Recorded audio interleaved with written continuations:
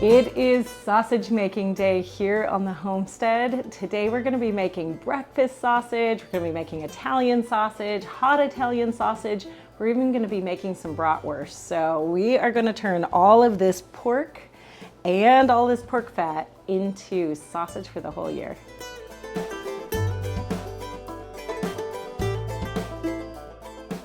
This year we harvested 5 of our pigs on the homestead. We always use the scald and scrape method. It's an old-fashioned method where we don't skin out the pigs because we don't want to waste the skin. It also allows you to better cure your meats at home, like your bacons and your hams. 2 of the pigs were our Berkshire crosses that we get to help root around in the barn and to help with keeping the manure under control in the barn. And the other 3 were our home-raised Kunis. And we love our Kunis for all the amazing fat we get from them with very small amounts of input. We always want a bit more meat for our family because we have a really large family than the Kunis can provide, which is why we also raise the Berkshires there. It is so satisfying to harvest all this healthy, nutrient-dense pork right from our land. But with all the abundance does come the burden of managing and processing so much meat all at once. All right, honey. Next pig. The burden of abundance. Mr. Sheard says we are. Right. Yeah. Good. Still working on the last one. Nothing to meat. Good. It's kind of an all hands on deck event to get all of the pork boned out for sausage and the whole cuts wrapped. Josh was assigned to the most important task for the day, which is coffee duty. Lindsay, here's your coffee. I get to be the barista this round. Coffee is essential to good meat butchery. Once the pork was all boned out, it was finally time to make sausage.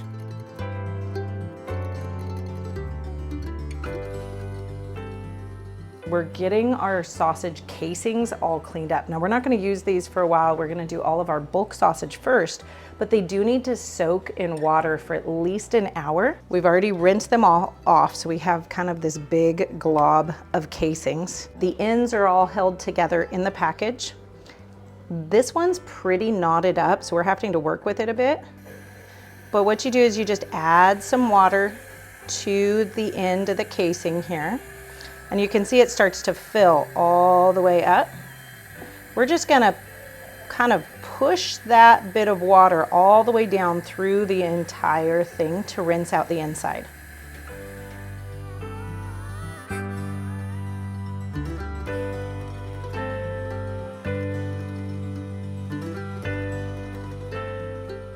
For years, we did sausage with very little equipment. We got by with like a KitchenAid grinder attachment. It took forever and we actually burnt out a couple of KitchenAids. So at some point we went to just using a larger, more commercial meat grinder and even stuffing sausage right off the meat grinder. That is really challenging. It doesn't work really well. Now we are doing probably about 250 pounds of meat in sausage in one day. So we've really upgraded our systems to make them really efficient. So we have the meat grinder here. This one works really well. This is like the highest quality meat grinder you can get without actually going to a commercial meat grinder. We've gone through multiple, and this one's working really well. This is an LEM. We really like this one. One of the challenges with making sausage, especially in large amounts, is properly mixing all of the spices in and getting everything really mixed in. The spices, the fat, everything, making sure that it's really homogeneous all the way through. That can be really hard to do just by hand in a tub, especially when you're working with large amounts of really cold meat. So we've gone ahead and upgraded this year to actually having a mixer. So this is a sausage mixer. It's just like a big mixer of any sort. It just turns and mixes everything in, so it's just mixing, literally. But it's heavy duty, so it can do large amounts at a time, about 20 pounds at a time. Then we have our sausage stuffer. This one's brand new to us. We haven't used this one before, so we're gonna be trying this out today. They do have electric sausage stuffers, but they're a lot fussier. They tend to break. They're kind of known for not being great. So we went ahead and went with a heavy duty hand crank sausage stuffer, and I think that this is gonna work really well for us. First thing we're gonna do is we're going to get to just grinding the first batch of meat, and we're gonna put it through a large grind in the machine, and then we're gonna go ahead and take it through and do a small grind on a second pass in the machine. A few years ago, Josh and I really dialed in our sausage making recipes. We took an entire day and tested and tweaked recipes over and over again until we got exactly what we wanted. And that was for our favorite standard bulk sausage, which includes hot Italian sausage, mild Italian sausage, and a breakfast sausage. I'm using the Italian seasoning in this batch, plus our secret ingredient, red wine vinegar. I have a link in the video description below that's going to take you to our recipes for this sausage. So if you're interested in trying them out for yourself, I have a little PDF booklet for you with all of our sausage recipes in them.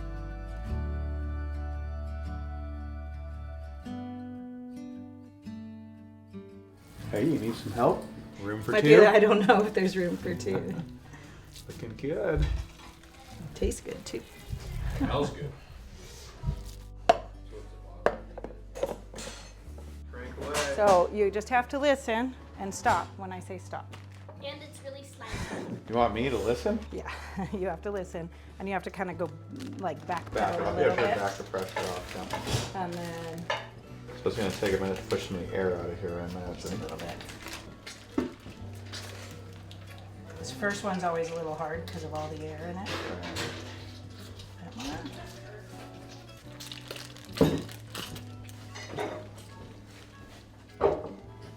Right about there. For these, we're doing bulk sausage, which means we're not going to put it in casings. We just want to be able to pan cook it, you know, for things like spaghetti or, I don't know, adding into meatloaf or whatever it is we want to put it into, sometimes soups. So we're putting these into the meat bags, the ground meat bags. So these hold about 2 to 2.5 pounds. So we're using them in the sausage stuffer here just to fill these bags, and then we'll staple these bags shut. So this just makes a really easy way to quickly package them and get them into the freezer. So this has been a great shortcut instead of just trying to wrap packages. Yeah, wrap's what we've usually done Yeah. for a lot of years. This is having the stuffer and doing this is way more efficient. Much more efficient. So a tip, I can tell you what I'm going to do with this thing next year is get a piece of wood, bolt it down to a piece of wood, and put a little rubber mat on the bottom of it or something. Since we don't have a dedicated space for it, so we bring it out here on the counter. It won't move around. It wants to slip and slide a little on the slick counter.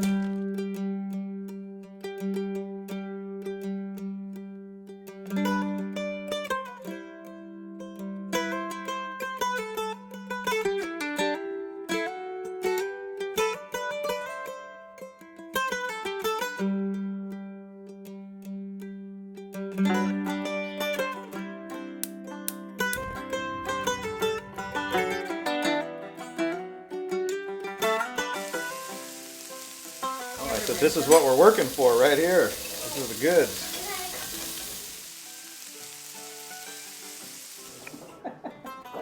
Ooh, look at that. That is, whew. Oh my goodness. I wish I could share this with you. Very good.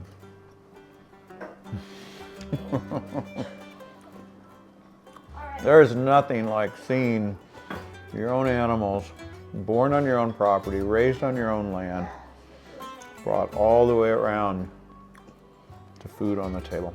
Wow. That is good. Somebody else has got to try some of this. Okay, so we just mixed up the breakfast sausage. First round of breakfast sausage here. So we're getting it into the stuffer, and we had to move the stuffer because the breakfast sausage is going into casings. And we've got to have some room to fill the casings. Okay, so you're going to get that started on the stuffing tube. And then we very carefully have to get this whole thing on there. I can take it over if you want. Now that you got, yeah, she's got better fingers than I do. So you want to be careful. You don't want to tear this. That Goes on pretty good once you get going. Moisture is really, really important here. Keeping things moist. That keeps it from sticking.